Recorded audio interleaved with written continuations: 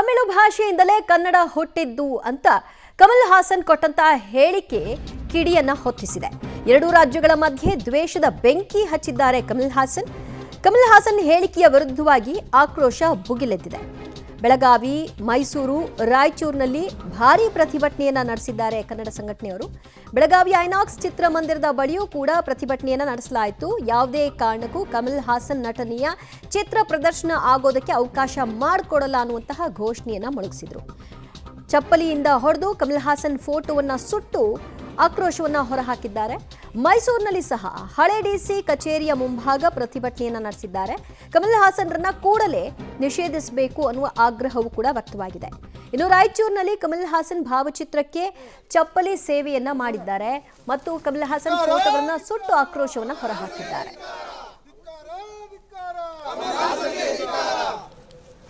ಕರ್ನಾಟಕ ರಕ್ಷಣಾ ವೇದಿಕೆಗೆ ತಾಯಿ ಭುವನೇಶ್ವರಿಗೆ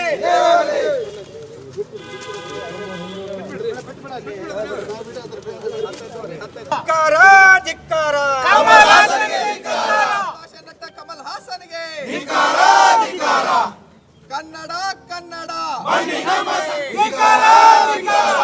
ತಮಿಳು ಭಾಷೆ ನಟ ಕಮಲ್ ಹಾಸನ್ಗೆ ಧಿಕ್ಕಾರ ಧಿಕ್ಕಾರ ಕನ್ನಡ ವಿರೋಧಿ ಕಮಲ್ ಹಾಸನ್ಗೆ ಬೇಕೇ ಬೇಕು ಬೇಕೇ ಬೇಕು ನಾಡದ್ರೋಹಿ ಕಮಲ್ ಹಾಸನ್ಗೆ ಬೇಕೇ ಬೇಕು ಬೇಕೇ ಯಾತಕ್ಕಾಗಿ ಹೋರಾಟ ಕನ್ನಡ ವಿರೋಧಿ ಕಮಲ್ ಹಾಸನ್ಗೆ ಕನ್ನಡ ವಿರೋಧಿ ಕಮಲ್ ಹಾಸನ್ಗೆ. ಕನ್ನಡ ಭಾಷೆಯ ಕುರಿತಾಗಿ ನಟ ಕಮಲ್ ಹಾಸನ್ ವಿವಾದಾತ್ಮಕ ಹೇಳಿಕೆ ಕೊಟ್ಟಿದ್ದರ ವಿಚಾರಕ್ಕೆ ಸಂಬಂಧಪಟ್ಟ ಹಾಗೆ ಆಕ್ರೋಶ ಭುಗಿಲೆದ್ದಿದೆ. ತಮಿಳಿನಿಂದಲೇ ಕನ್ನಡ ಹುಟ್ಟಿದ್ದು ಅಂತ ಕಮಲ್ ಹಾಸನ್ ಹೇಳಿಕೆಯನ್ನ ಕೊಟ್ಟಿದ್ರು. ಕಮಲ್ ಹಾಸನ್ ಹೇಳಿಕೆಗೆ ಕನ್ನಡಿಗರು ಕಿಡಿಕಾರ್ತಾ ಇದ್ದಾರೆ. ಫಿಲ್ಮ್ ಚೇಂಬರ್ ಬಳಿ ಕರವೇ ಪ್ರವೀಣ್ ಶೆಟ್ಟಿ ಬಣ ಪ್ರತಿಭಟನೆಯನ್ನ ನಡೆಸಿದೆ. ತಕ್ಷಣವೇ ಕಮಲ್ ಹಾಸನ್ ನಟನೆಯ ಸಿನಿಮಾಗಳು ಇಲ್ಲಿ ಪ್ರದರ್ಶನಕ್ಕೆ ಅವಕಾಶ ಕೊಡಬಾರ್ದು ಮತ್ತು ಈ ಕೂಡಲೇ ಕಮಲ್ ಹಾಸನ್ರಿಂದ ಕ್ಷಮೆ ಯಾಚಿಸಬೇಕು. ಅವರು ಕ್ಷಮೆ ಯಾಚಿಸಿದ ವಿನಃ ನಮ್ಮ ಈ ಪಟ್ಟನ್ನ ಬಿಡಲ್ಲ ಅನ್ನುವಂತಹ ಬಿಗಿಪಟ್ಟನ್ನ ಎಳೆದು ಪ್ರವೀಣ್ ಶೆಟ್ಟಿ ಬಣ ಇವತ್ತು ಫಿಲ್ಮ್ ಚೇಂಬರ್ನ ಮುಂಭಾಗ ಪ್ರತಿಭಟನೆಯನ್ನ ನಡೆಸಿದೆ.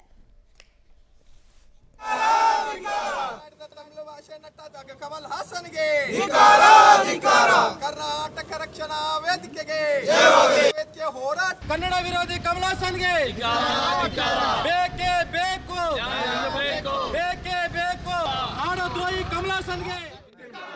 ವಾಣಿಜ್ಯ ಮಂಡಳಿ ಕನ್ನಡ ಚಿತ್ರರಂಗದ ಪರವಾಗಿ ಮಧ್ಯಸ್ಥಿಕೆಯನ್ನು ವಹಿಸಿಕೊಂಡು ಕಮಲ್ ಹಾಸನ್ ಚಿತ್ರವನ್ನ ಬ್ಯಾನ್ ಮಾಡಬೇಕನ್ನುವಂತ ಒತ್ತಾಯವನ್ನ ಮಾಡ್ತಾ ಇದೀವಿ. ಬ್ಯಾನ್ ಮಾಡಿಲ್ಲ ಅಂದ್ರೆ ಯಾವುದೇ ಮಾಲ್ಗಳಲ್ಲಿ, ಥಿಯೇಟರ್ಗಳಲ್ಲಿ ಚಿತ್ರ ಬಿಡುಗಡೆ ಆಗಲಿಕ್ಕೆ ಕರ್ನಾಟಕ ರಕ್ಷಣಾ ವೇದಿಕೆ ರಾಜ್ಯ ವ್ಯಾಪ್ತಿ ಅವಕಾಶವನ್ನ ಕೊಡಲ್ಲ. ನಿನ್ನೆನೂ ಸಹ ಅವರು ಕಾರ್ಯಕ್ರಮವನ್ನ ಸಮಯವನ್ನ ಬದಲಾವಣೆ ಮಾಡಿ ನಮಗೆ ದಾರಿ ತಪ್ಪಿಸುವಂತ ಕೆಲಸ ಮಾಡಿದ್ದಾರೆ. ಇಲ್ಲ ಅಂದ್ರೆ ನಿನ್ನೆನೆ ಅವರಿಗೆ ನಾವು ತಕ್ಕ ಶಾಸ್ತಿಯನ್ನು ಮಾಡ್ತಾ ಇದ್ದೀವಿ. ಈ ನೆಲದಲ್ಲಿ ಬಂದು ಇಲ್ಲಿಯ ಹಣವನ್ನ ಸಂಪಾದನೆ ಮಾಡಿ ದೋಚಿ ಕನ್ನಡ ಚಿತ್ರರಂಗದಲ್ಲಿ ತಮಿಳಲ್ಲಿ ಸೋತಾವಾಗ ಕರ್ನಾಟಕದಲ್ಲಿ ಅವರಿಗೆ ಹೆಸರನ್ನ ಮಾಡಿಕೊಟ್ಟು ಅವ್ರಿಗೆ ಜೀವನವನ್ನ ಕೊಟ್ಟು ಇವತ್ತು ಕನ್ನಡಿಗರ ಮೇಲೆ ದಾಳಿ ಮಾಡ್ತಾ ಇರೋದನ್ನ ಕರ್ನಾಟಕ ರಕ್ಷಣಾ ವೇದಿಕೆ ಯಾವತ್ತೂ ಸಹ ಕನ್ನಡಿಗರು ಸಹ ಕೈಕಟ್ಟಿ ಕೂತ್ಕೊಳ್ಳಲ್ಲ ಅನ್ನುವಂಥ ಎಚ್ಚರಿಕೆಯನ್ನು ಕೊಡ್ತಾ ಇದ್ದೀವಿ. ಕನ್ನಡ ಸಿನಿಮಾ ಸ್ವರ್ಗೋಗ್ತಾ ಇದ್ರೂ ಸಹ ನಾವು ಬೇರೆ ಭಾಷೆಯವರ ಸಿನಿಮಾವನ್ನು ಧಾರಾಳವಾಗಿ ಕರ್ನಾಟಕದೊಳಗಡೆ ಬಿಟ್ಕೊಂಡಿದ್ದೀವಿ. ಸರ್ಕಾರ ಮತ್ತು ವಾಣಿಜ್ಯ ಮಂಡಳಿ ಇದರ ಮಧ್ಯಸ್ಥಿಕೆಯನ್ನು ವಹಿಸಿ ಈ ಕೂಡಲೇ ಆ ಸಿನಿಮಾವನ್ನು ಬ್ಯಾನ್ ಮಾಡಬೇಕು. ಯಾವುದೇ ಕಾರಣಕ್ಕೂ ಅವನು ಬೇಷರತ್ತಾಗಿ ಕ್ಷಮೆ ಕೇಳಬೇಕು ಕನ್ನಡಿಗರ ಹತ್ರ. ಯಾಕೆ ನಮ್ಮನ್ನು ಬೇರೆ ಭಾಷೆಗಳ ಜೊತೆ ಹೋಲಿಸ್ತೀರಾ? ಕನ್ನಡಿಗರು ನಿಮ್ಗೇನಾದ್ರು ದ್ರೋಹ ಮಾಡಿದಾರ? ಇಲ್ಲೇ ಸಂಪಾದನೆ ಮಾಡ್ತೀರಾ? ಇಲ್ಲೇ ಕರ್ನಾಟಕದಲ್ಲಿ ನಿಮ್ಗಲ್ಲಿ ತಮಿಳ್ ಸಿನಿಮಾ ಓಡದೇ ಇದ್ದಾವಾಗ ಕನ್ನಡ ಸಿನಿಮಾಕ್ಕೆ ಬೆಂಬಲ ಕೊಟ್ಟು ನಿಮಗೆ ಜೀವನವನ್ನು ಕೊಟ್ಟಂಥವ್ರು ಕನ್ನಡಿಗರು. ರಾಜಕೀಯದಲ್ಲಿ ಅಸ್ಥಿರವನ್ನು ಕಂಡುಕೊಂಡಿದ್ದೀರಾ, ಸಿನಿಮಾ ರಂಗದಲ್ಲೂ ಕಂಡುಕೊಂಡಿದ್ದೀರಾ, ವೈಯಕ್ತಿಕ ಜೀವನದಲ್ಲೂ ನಿಮಗೆ ಸ್ಥಿರ ಇಲ್ಲ.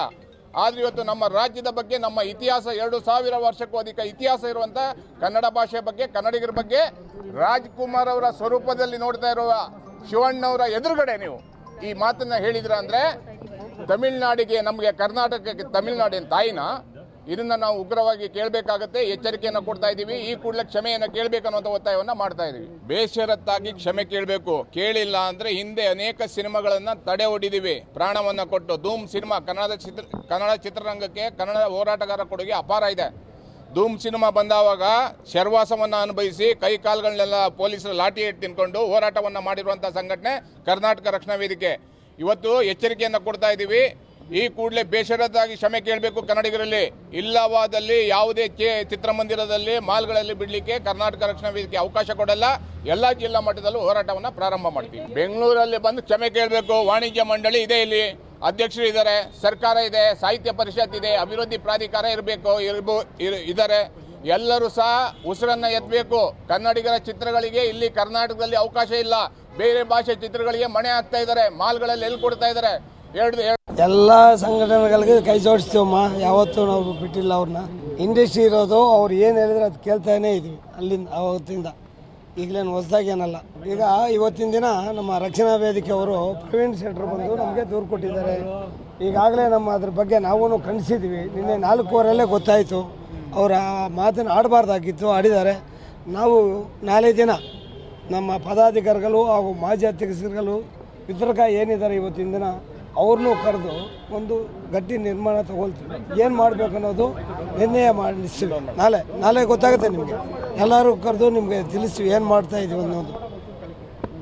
ಏನು ಇವತ್ತು ನಮ್ಮ ರಕ್ಷಣಾ ವೇದಿಕೆ ಅವ್ರು ಏನು ಹೇಳ್ತಾ ಇದ್ದಾರೆ, ಬಹಿರಂಗವಾಗಿ ಇಲ್ಲಿ ಬಂದು ಚೇಂಬರ್ಗೆ ಬಂದು ಕ್ಷಮಾಪಣೆ ಕೇಳಬೇಕು ಅನ್ನೋದು ಅವರು ವಾದ. ಅದನ್ನು ನಾವು ಸಭೆಯಲ್ಲಿ ಮಂಡಿಸ್ತೀವಿ ಏನು ಮಾಡಬೇಕು ಅನ್ನೋದನ್ನು. ಅದನ್ನು ಇಮಿಡಿಯೇಟಾಗಿ ತಮ್ಮನ್ನೆಲ್ಲ ಕರೆದು ನಾವು ತಿಳಿಸ್ತೀವಿ. ನಾಳೆನೇ ಟೈಮ್ ಇಲ್ಲ. ಯಾರು ಸರ್ ಈಗ ನಮ್ಮ ನಿರ್ಧಾರ ಅನ್ನೋದು ನಮ್ದು ಇದ್ದೇ ಇದೆ.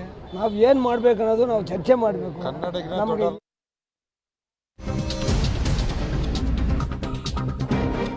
ಕನ್ನಡ ಭಾಷೆ ಬಗ್ಗೆ ನಟ ಕಮಲ್ ಹೇಳಿಕೆಗೆ ಆಕ್ರೋಶದ ಕಿಚ್ಚು ಹೊತ್ತಿದೆ. ಕೂಡಲೇ ನಟ ಕಮಲ್ ಹಾಸನ್ ಕ್ಷಮೆ ಕೇಳಬೇಕು. ಕರವೇ ರಾಜ್ಯಾಧ್ಯಕ್ಷ ನಾರಾಯಣಗೌಡ ಅವರು ಒತ್ತಾಯವನ್ನ ಮಾಡ್ತಾ ಇದ್ದಾರೆ. ಕನ್ನಡ ಭಾಷೆಗೆ 4-5 ಸಾವಿರ ವರ್ಷಗಳ ಇತಿಹಾಸವಿದೆ. ಕನ್ನಡಿಗರು ತಮಿಳರ ನಡುವೆ ದ್ವೇಷ ಹುಟ್ಟುವಂತಹ ಕೆಲಸವನ್ನ ಕಮಲ್ ಹಾಸನ್ ಮಾಡ್ತಾ ಇದ್ದಾರೆ.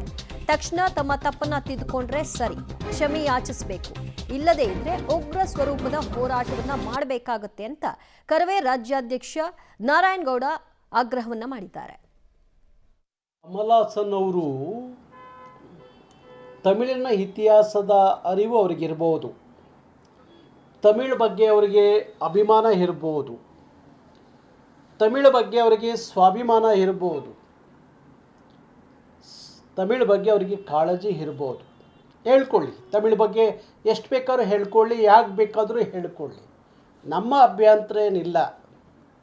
ಆದರೆ ಕನ್ನಡದ ಭಾಷೆ ತಮಿಳು ಮೂಲದಿಂದ ಬಂದಿದ್ದು ಅನ್ನೋದು ಹೇಳಿಕೆ ಕೊಡೋದಿದೆಯಲ್ಲ, ಅವರಿಗೆ ಕನ್ನಡದ ಭಾಷೆಯ ಇತಿಹಾಸದ ಅರಿವಿಲ್ಲ ಅನ್ನೋದು ಚೆನ್ನಾಗಿ ಅರ್ಥ ಆಗಿದೆ ನಮಗೆ. ಅವ್ರಿಗೆ ಅರಿವಿಲ್ಲ ಕಮಲ್ ಹಾಸನ್ ಅವ್ರಿಗೆ. ಏನು ಗೊತ್ತಿದೆ ಕಮಲ್ ಹಾಸನ್ಗೆ ಕರ್ನಾಟಕ, ಕನ್ನಡ, ಕನ್ನಡಿಗ, ಆಮೇಲೆ ಕನ್ನಡ ಭಾಷೆ.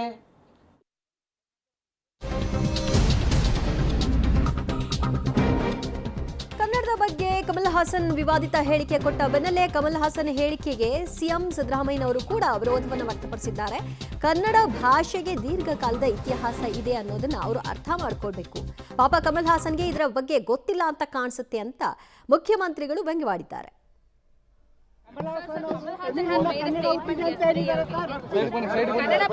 ಕನ್ನಡ ಭಾಷೆಗೆ ಬಹಳ ದೀರ್ಘಕಾಲದ ಇತಿಹಾಸ ಇದೆ, ಪಾಪ ಅವ್ರಿಗೆ ಗೊತ್ತಿಲ್ಲ.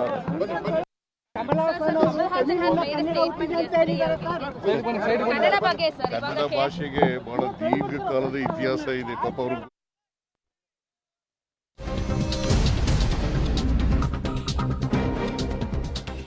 ನಟ ಕಮಲ್ ಹಾಸನ್ ಹೇಳಿಕೆಯ ವಿಚಾರವಾಗಿ ವಿರೋಧ ಪಕ್ಷದ ನಾಯಕ ಆರ್ ಅಶೋಕ್ ಕಿಡಿಕಾರಿದ್ದಾರೆ. ಆತ ಒಬ್ಬ ತಲೆ ತಿರುಕ ಹುಚ್ಚ, ಕಮಲ್ ಓರ್ವ ನಗರ ನಕ್ಸಲೈಟ್ ಅಂತ ಕೂಡ ಗುಡುಗಿದ್ದಾರೆ. ಕಮಲ್ ಹಾಸನ್ ಕರ್ನಾಟಕದ ಋಣ ತೀರಿಸಬೇಕಿತ್ತು, ಅದರ ಅರಿವು ಮರ್ತಂತ ಕಾಣಿಸ್ತಾ ಇದೆ. ಕರ್ನಾಟಕ ಆತನಿಗೆ ಸಾಕಷ್ಟು ಅವಕಾಶಗಳನ್ನ ಕೊಟ್ಟಿದೆ, ಹೆಸರನ್ನ ಮಾಡಲಿಕ್ಕೆ ಅವಕಾಶವನ್ನ ಮಾಡಿಕೊಟ್ಟಿದೆ. ಕಮಲ್ ಹಾಸನ್ರನ್ನ ಸಿನಿಮಾ ಇಡೀ ಕರ್ನಾಟಕ ಬಹಿಷ್ಕಾರವನ್ನು ಮಾಡಬೇಕು. ಅವರ ಸಿನಿಮಾವನ್ನ ಪ್ರದರ್ಶನ ಕಾಣಲಿಕ್ಕೆ ಕರ್ನಾಟಕದ ಜನತೆ ಅವಕಾಶ ಮಾಡಿಕೊಡಬಾರ್ದು, ಬಹಿಷ್ಕರಿಸುವ ಮೂಲಕವಾಗಿ ಬಿಸಿ ಮುಟ್ಟಿಸಬೇಕು ಅಂತ ಬೆಂಗಳೂರಿನಲ್ಲಿ ವಿಪಕ್ಷ ನಾಯಕ ಅಶೋಕ್ ವಾಗ್ದಾಳಿ ನಡೆಸಿದ್ದಾರೆ. ಅವನೊಬ್ಬ ತಲೆ ತಿರ್ಕ ಹುಚ್ಚ. ಅವನಿಗೆ ಕನ್ನಡ ಸಿನಿಮಾದಲ್ಲಿ ಭಾಳಷ್ಟು ಅವಕಾಶಗಳನ್ನು ನಮ್ಮ ಕನ್ನಡ ಪ್ರೊಡ್ಯೂಸರ್ಸು, ನಿರ್ದೇಶಕರು ಕೊಟ್ಟಿದ್ದಾರೆ. ಆ ಋಣ ತೀರ್ಸೋಕ್ಕಾದರೂ ಅವನು ನ್ಯಾಯವಾಗಿ ಮಾತಾಡಬೇಕಾಯ್ತು. ಅದನ್ನು ಬಿಟ್ಟು ಕನ್ನಡನ ಅವಹೇಳನ ಮಾಡೋ ಅಂಥದ್ದು, ಕನ್ನಡ ಪ್ರಾಚೀನ ಭಾಷೆನೇ ಅಲ್ಲ, ಈ ಥರದೆಲ್ಲ ನುಡಿಮುತ್ತುಗಳನ್ನು ಹೇಳಿರೋದು ನೋಡಿದ್ರೆ ಅವನೊಬ್ಬ ನಗರ ನಕ್ಸಲ್ ಥರನೇ. ನಗರ ಅವನು ಅದೇ ಥರದವನೇ, ಹುಚ್ಚುಚ್ಚಾಗಿ ಮಾತಾಡ್ತಾನೆ. ಪಾರ್ಟಿ ಮಾಡ್ದ, ಪಾರ್ಟಿ ಮುಣುಗೋಯ್ತು. ಅವ್ರಿಗೆ ಇಡೀ ರಾಜ್ಯದಲ್ಲಿ ಕರ್ನಾಟಕದ ನಾನೆಲ್ಲ ಕನ್ನಡಿಗರು ಬಹಿಷ್ಕಾರ ಹಾಕಬೇಕು.